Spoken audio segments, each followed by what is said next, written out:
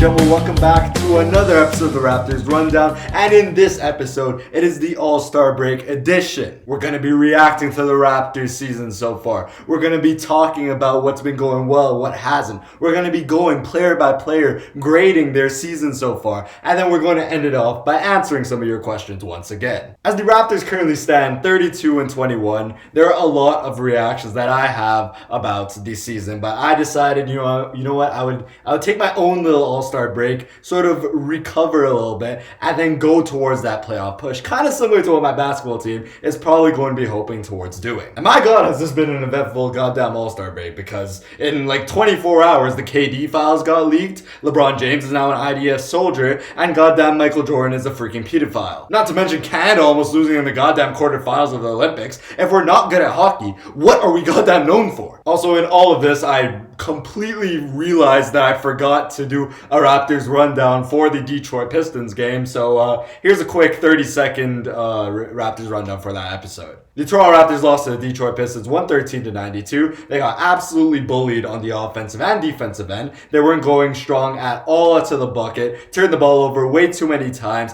and got absolutely outplayed by the way better team. Our bench got dominated once again, and we looked completely outclassed. And now we're like 1-8 against the top three teams in both conferences. Ironically enough, that one win coming against not the league best Oklahoma City Thunder. I can't even say that anymore, but a really good Oklahoma City Thunder team. But against the Eastern Conference, we apparently suck against everyone that is not the Cleveland Cavaliers. And my God help me, because the Cleveland Cavaliers have become a much better team ever since the trade deadline. They are like 9-1 their last 10 games. I'm going to be very interested to see how they come out of this All-Star break. I think it's going to be make and break for a lot of teams coming out of this All-Star break, including us. Now, I took a deep dive into some of the stats for the Toronto Raptors, some of the team stats this season for us. Some of the things we're really good at, we were top 10 in all of these stats that I'm about to name. Field goal percentage, we're 10th at 47.3. Turnovers, we are top 10 in that, only turning the ball over 14 times per game.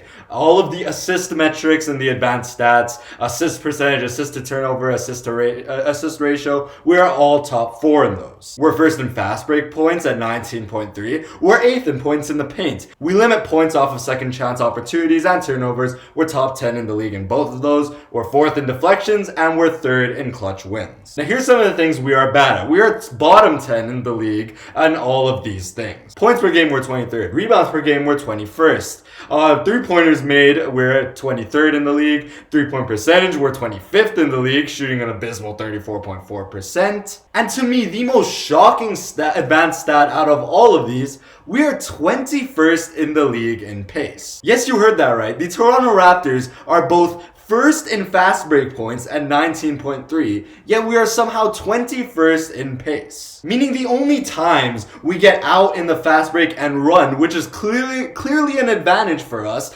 going at a fast pace, trying to get to the bucket before the opposing defense sets. The only time that is happening is when we turn the ball over or we beat the other team on the other end of the floor. Like, this is not happening nearly enough for us. Our pace needs to be top 10 in the league if we are so successful at getting fast break points. What might be the craziest stat of all for the Toronto Raptors is this, though. In losses this season, we are 13th in offensive rating. Keep in mind, we're 16th overall in the season. But in losses, we're 13th in offensive rating and 23rd in the defensive rating. Let me tell you this, though. In wins, we are 3rd in defensive rating, 6th overall this season, but we are 28th in offensive rating. What does this mean for the Toronto Raptors?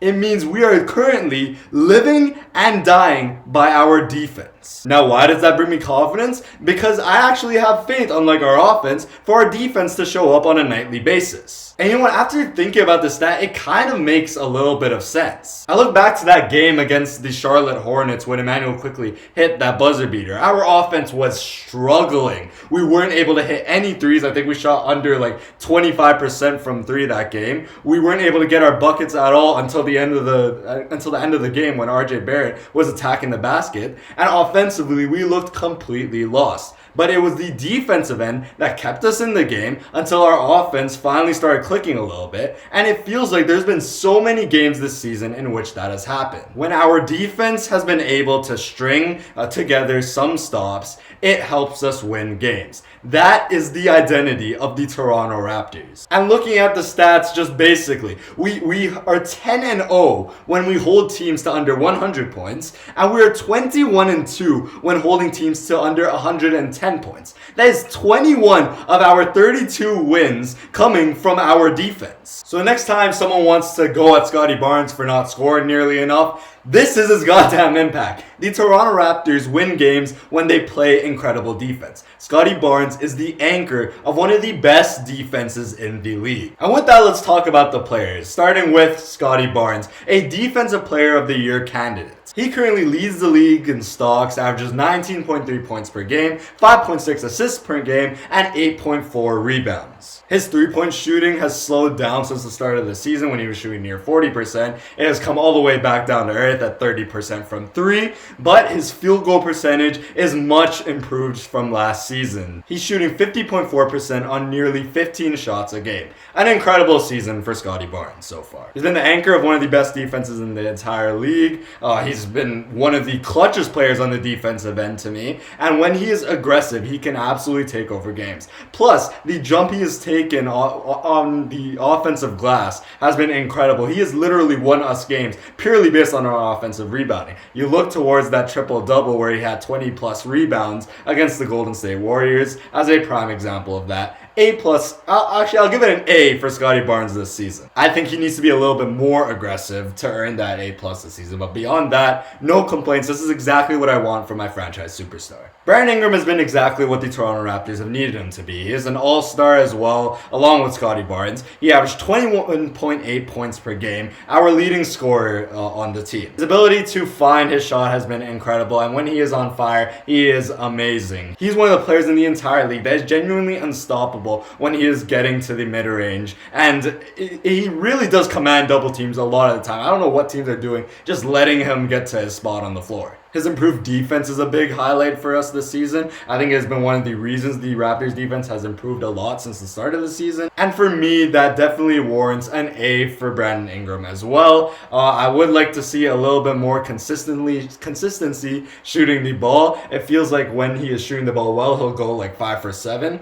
But when he's not shooting the ball well, he will go 0 for 6. So, there's no real consistency there for Brandon Ingram. I would like to see that more improved as the season goes on. I realize that this is going to take way too long, so that was the first two that I wanted to talk about. I'm going to go rapid fire for this. Emmanuel Quickley has had the most up and down season of seasons. He started off the season incredibly poorly from the defensive end. He had a stretch where he wasn't able to hit the threes. He had a stretch where he couldn't miss from threes, went back to not missing threes. This is the hardest person to grade in NBA history. But I will say, as of late, Emmanuel Quickley has genuinely impressed me. His defense has gone back to what it once was. He was never an elite defender, but he wasn't ever a bad defender, which was what was so shocking to me. Now he's become an average to pretty solid defender, in my opinion. Sometimes still has those lapses in transition, but he's been taking good shots when he's been taking a lot smarter shots this season, and as it's gone on. And overall, I would give him a B. I think he has rebounded incredibly well. RJ Barrett is one of the other tough players to grade because he has been injured for a good period of time. To start the season, it would have genuinely been an A+. We were winning games with RJ Barrett. He was exactly what we needed him to do, and he sort of fit into his role a lot better than he has as of late. But as of late, the biggest concern for me for RJ Barrett is how he's been hunted on the defensive end. To start the season, it's kind of like a flip-flop of Emmanuel Quickley, I'm realizing. To start the season, he was actually an average defender. It seemed like he had taken a leap on that end, and I was so excited. It was such a pleasant surprise for me. But now, everybody's guarding. OG Anunoby, Mikal Bridges, I'm forgetting who else he was guarding, but this last stretch has been really bad. They have been hunting RJ Barrett on the defensive end. And for that reason, it's felt like he's lost us a bunch of these games. And I can't give him higher than a C for that. I think offensively getting to the rim, his rim pressure has been such a big thing that we've made, but to be quite honest, I feel like that role can be taken up by a Colin Murray-Boyles or a Scotty Barnes or a Brandon Ingram. It feels like that is a very replaceable role for RJ Barrett, and as of right now, it does seem like he's the most expendable player on the Toronto Raptors. Jakob Poeltl, I'm just going to keep it a buck. It is an F.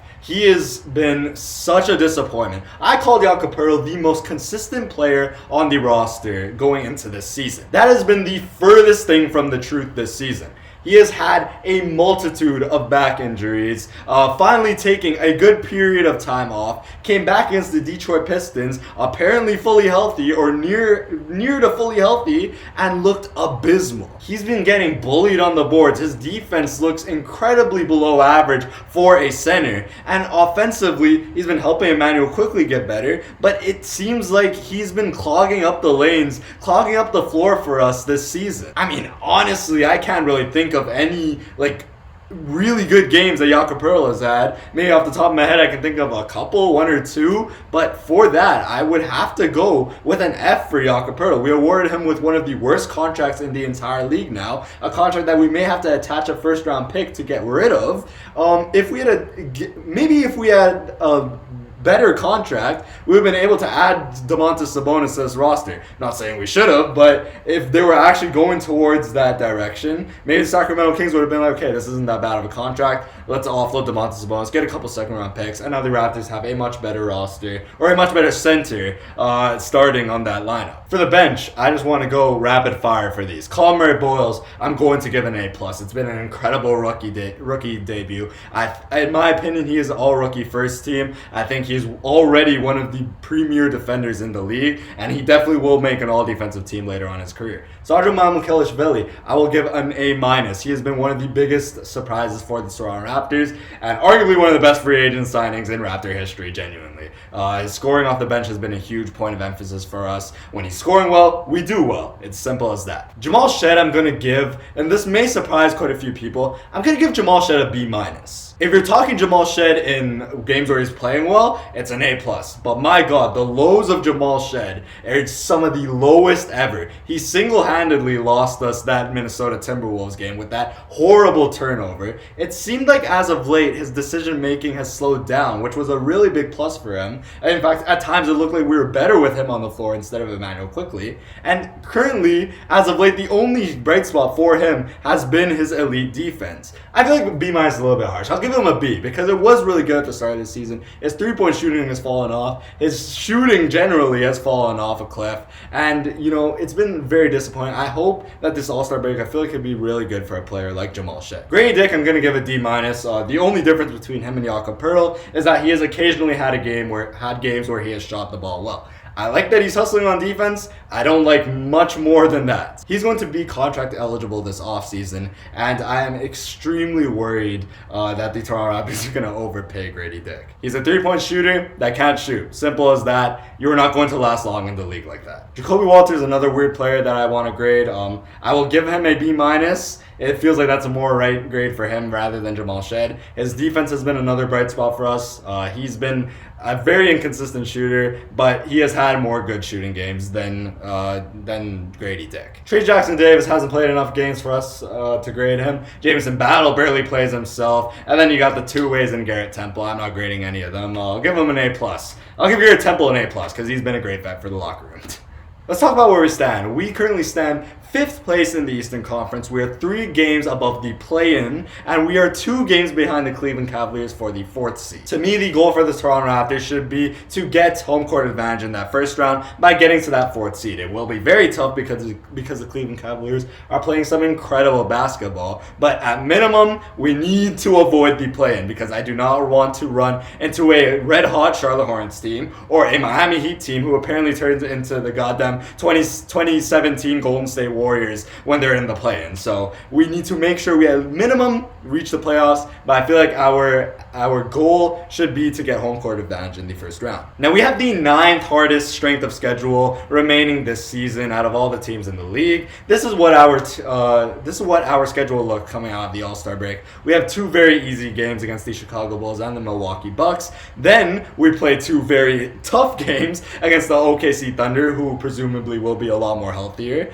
and the San Antonio Spurs with that goddamn demigod at center. Then we play the Washington Wizards, another easy game. Then we play the New York Knicks. They have our number. Then we play the Minnesota Timberwolves, who are an actually good team on their day. And then we play a really bad team in the Dallas Mavericks. Then we play the Houston Rockets, who on their day are a very good team. And then we play the New Orleans Pelicans, who are never a good team. So in total, we play 5 good teams, 5 bad teams. Now, I said this in that stretch where we played literally 10 bad teams in a row, that we needed to win genuinely almost every single one of those games. And we ended up going 9-1. That is one thing the Toronto Raptors have actually been very good at this season. They have been very good at winning against teams that suck. So if we go perfect against teams that, in my opinion, aren't very good, we will at least be 500 coming out of this 10-game stretch. And then at that point, we need to at least win one of those other games against either the Thunder, the Spurs, the Knicks, the Wolves, or the Rockets, and we will come out of this actually pretty tough stretch over 500. I felt like this would be a better thing to talk about than to preview that Chicago Bulls game, because let's be quite honest, if we're losing to the Chicago Bulls, we don't deserve to even make the goddamn play-in at this point. Now let's go and answer some of your questions. I answer them on my Twitter, YABarnesForMVP, and I answer them on the Six Talks Instagram. You can follow us, link in the description below. Where does the Mamu signing rank in the last 10 years of free agency signing? You want to know what's incredibly sad? And this is no knock on Sandro, love the guy, incredible player, but he genuinely might be the best, not only in the last 10 years of Raptors free agency, but in Raptor history. And no, I'm not counting undrafted free agents. If you're counting that, Fred VanVleet is by far the best in Raptor history, but genuinely, who else is there? Off the top of my head, Dennis Schroeder's a name that we were talking about. Didn't really do much for us. That was a tanking year. I can't consider him over Sandro, who has been an integral part of this surging team. We signed Otto Porter Jr., absolute fail. He got injured to hell and then had to retire. We signed Aaron Baines, which had an incredible impact on us as our tank commander, but overall really sucked offensively and defensively. You also think back to the DeMarre Carroll signing. What an absolute horror show that was. He was coming off an incredible season with the Atlanta Hawks. We thought that would be added shooting for us. Lo and behold, he becomes a terrible shooter once again. And yeah, I can't think of any other really big free agency signings. Rondae Hollis-Jefferson maybe. Great hustle guy. But the thing about all those players, DeMarre Carroll, it was nice when we had a good shooting performance for him, but we didn't need that. A guy like Otto Porter Jr., it was nice to have a good performance from him when he was playing, but we didn't need that. With Sandro Mamukelashvili, I think he might be one of the second biggest X factors for the Toronto Raptors' success this season. Because at times, it seems like he's the only scoring that comes off of that bench. The only source of consistent scoring that we have coming off that bench, with a guy like Jamal Shead, Grady Dick, Jacoby Walter being as inconsistent as they are. So is this the greatest free agency signing in the last 10 years for the Toronto Raptors? I'm willing to say yes. Low bar, but in my opinion, this actually might be the best free agency signing that we have had. This is a take. Immanuel Quickley will be good in the playoffs. Well, I like to see the confidence that you think we are going to make the playoffs right away. Don't worry, I do as well. But Immanuel Quickley has been one of the more inconsistent players over the entire season. But I will say this, when he has shot over 50% from the field, the Toronto Raptors are 9-2 this season. I think his shot selection has been a lot better as of late. He still has those lapses in transition, but it is a lot less than at the beginning of the season. And defensively, he has been a much more improved player overall. And as one of the worst three-point shooting teams in the entire league, I would say that he has been an incredibly steady source of three-point shooting for us, shooting 38% from three. So I am willing to have faith. I might be fooling myself once again, but I'm willing to join you and have faith in Immanuel Quickley these playoffs. And like I said about Sandro Mamukelashvili, I said he was the second biggest X factor. To me, Immanuel Quickley is the biggest X factor to the Toronto Raptors' success. When he is playing well, we look like a completely different team to when Immanuel Quickley Quickley is playing bad. So if we want to find any success in the playoffs, he will need to play good. And I'm willing to bet on Emmanuel Quickley. Okay, this is literally like a rapid fire question. This is the last Twitter question, so I'll give it a rapid fire answer. Why are you a Raptors fan? I was born here. Did you like the trade deadline we did? No, I thought we could have made a lot better moves than Trace Jackson Davis. Who's the Raptors' most important player? Already said, I believe Emmanuel Quickley is the biggest X factor to our success. Do you think this team is ready to compete, or would you have made trades? I would have made different trades, and we're definitely not ready to compete. But I do like the idea of Bobby Webster taking a patient approach instead of panicking and trying to go all in on a player that doesn't really raise our ceiling and a guy like Domantas Sabonis. And do you think we can win the East? No, there's literally no chance unless we go on some insane Cinderella's run. We have injury luck, and even then I think we are a much worse team than a lot of these teams in the Eastern Conference. Who do you want to play in the first round? Now, I have two very different answers to this. The first answer is my pessimistic side playing a part, saying that we literally have no chance in beating any of those top four teams. I don't believe we end up playing a Philadelphia 76ers. Don't think there's any chance we play Orlando. So I think personally we don't have a chance of beating any of those top four teams. So the team that it would hurt the least to lose to would be the Detroit Pistons. I don't think we end up playing them. I don't think we fall as low to 8. But yeah, so if you take out the Detroit Pistons, I guess the New York Knicks. I do not want to lose to the Boston Celtics. I do not want to lose to the Cleveland Cavaliers. So I'm going to go with the Knicks. But if you look at it from a perspective of who I think we have the best chance at beating, we are 4-0 against the Cleveland Cavaliers. And I know it is a completely different team to what it once was at the start of the season. I know they were injured, and there were players in and out of the lineup. I know their chemistry wasn't nearly as good. But we are winless against the New York Knicks and the Boston Celtics. And not one of those games has been close. I think the New York Knicks have blown us out in every single game that we played against them. And the Celtics, maybe there was one close game where they absolutely choked a massive lead as well, by the way. So yeah, out of all of the, I think, 6 games we played against them, both teams have had like a massive double-digit lead against us in every single one of those games. So I guess the Cleveland Cavaliers is the best chance we have. Do I think we beat any of those teams realistically? I don't think so. Who would you add to this team? I'd add Malik Beasley. I hate to be the bearer of bad news. Malik Beasley is not playing for Bad Bunny's team, so I don't think he's going to be in the NBA anytime soon. And honestly, next season, I think when he comes back, he is going to be joining the Detroit Pistons once again. Now, if you had asked me this question a week ago, the only player that I was interested in this really bad free agency market was Haywood Highsmith, because I felt like he didn't really have many minutes for the Brooklyn Nets. When I've seen him in the past, he has been a reliable option for the Miami Heat. So it seemed really good. But right now, genuinely the best free agent available might be Lonzo Ball, which I want nothing to do with that player. I think he was a massive reason to why the Cleveland Cavaliers suck this season. Like, what else do you go for? Do you go for an old-ass Eric Gordon, sit him in the corner and hope he hits threes? No. At this point, there's literally no one available. Maybe they take a chance on a G League player that's been shooting the ball well. Maybe they convert an Elijah Martin, who's been really good in the G League this season, or an AJ Lawson. But when it comes to this free agency market, as of right now, there's literally no one available. So I would just honestly much rather do nothing than just take a shot in the dark, or maybe wait for other people. The buyout market is still going on. There's still going to be people who are bought out. So maybe wait a little bit, see who these teams buy out, and then go on from there. But as of right now, there's literally no one. If you forced me, gun to my head, to add someone, I guess Eric Gordon, but realistically, no one wants that. That's it. Thank you guys so much for sticking with this very long episode of the Raptors Rundown. The Raptors are going to be making a push for the playoffs, hopefully this season. This is the second half of the season for me as well, so I'm going to be pushing to get this content out for you guys. Much love. I appreciate all the support, and I will see you guys in the next episode of the Raptors Rundown. Peace out.